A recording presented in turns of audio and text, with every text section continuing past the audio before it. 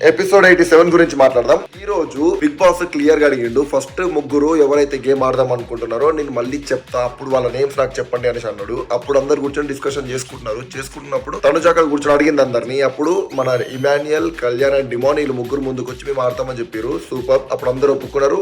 అయిపోయింది గొడవ. తర్వాత ఒక గంట 2 గంటల తర్వాత మన రీతు అక్క వచ్చి ఐ వాంట్ టు ప్లే, నాకు ఆడాలని ఉంది, నాకు ఫస్ట్ గేమ్ ఆడాలని ఉంది అంటే ఏంటక్క ఏం ప్రూవ్ చేద్దాం అనుకుంటున్నావు నువ్వు ఇక్కడ అంటే ఏదైనా గొడవ పెడదాం అనుకుంటున్నావు లేకపోతే కంటెంట్ ఇద్దాం అనుకుంటున్నావా ఏంటి అసలు నాకు అర్థం కాలే. అప్పుడేమైంది అప్పుడే చెప్పొచ్చు కదా, తర్వాత వచ్చి ఎందుకు చెప్తున్నావు?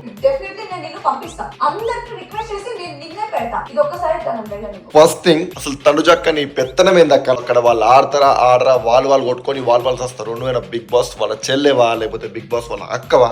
అసలు నీదేంది? ఓడి అమ్మ ఏమంట పంపిస్తదంట.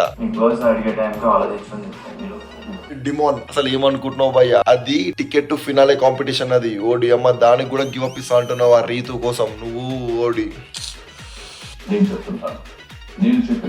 లెక్కల కాంపిటీషన్ అనగానే అదే మ్యాథ్స్ కాంపిటీషన్ అనగానే రీతు ఒక్కకి ఫ్యూజ్ లౌండ్ అయిపోయినాయి అనుకుంటా. ఎట్లా చూస్తుంది చూడు బిత్తిరి చూపుడు. అనవసరంగా తీసుకున్నా కదా ఫస్ట్ రౌండ్, బాగా తీసుకుండా అయిపోయేది. ఇంత గొడవ పడ్డా అనవసరంగా లాస్ట్ కి పోయి మ్యాథ్స్ కాంపిటీషన్ పెట్టిండే బిగ్ బాస్. అమ్మా అనుకుంటున్నావు అక్క? అవ్వాలి, నీకు అవ్వాల్సిందే.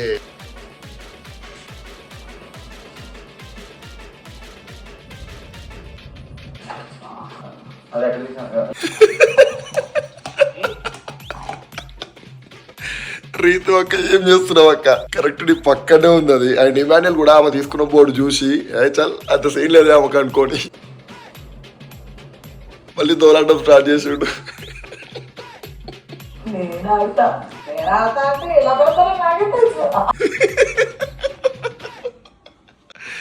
నేను ఆడతా.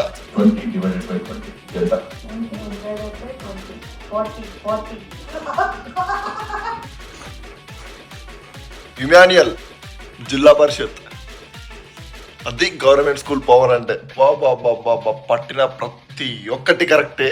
తోపంతే ఇమాన్యుయల్ బాయ్. కమెడియన్ అనుకున్నారా? All rounder. 9 టేబుల్ 3